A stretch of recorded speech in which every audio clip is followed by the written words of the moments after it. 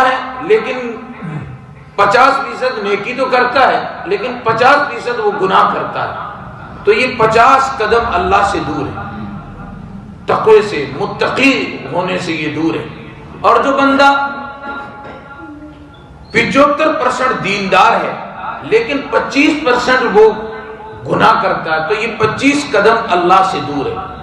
کوئی بندہ 99 نیکیاں کرتا ہے، ایک کوئی کمی ہے، ایک کوئی گناہ ہے، تو یہ 1 قدم اللہ سے دور ہے۔ اللہ کا قرب، نور ولایت اسے ملتا ہے جو 100% گناہوں سے پرہیز کرتا ہو۔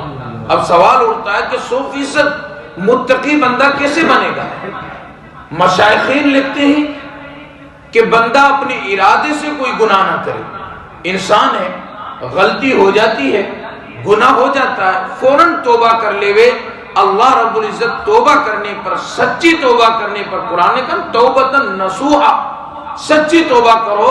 یہ توبۃ نصوحا جو قرآن نے کہا، اس سے مراد یہ ہے کہ ایسی توبہ کہ آئندہ وہ گناہ دوبارہ کرنے کا ارادہ ہی نہ ہو اور اس گناہ پر جو کیا ہے نادم ہو، یہ ہے توبۃ النصوحا، سچی توبہ۔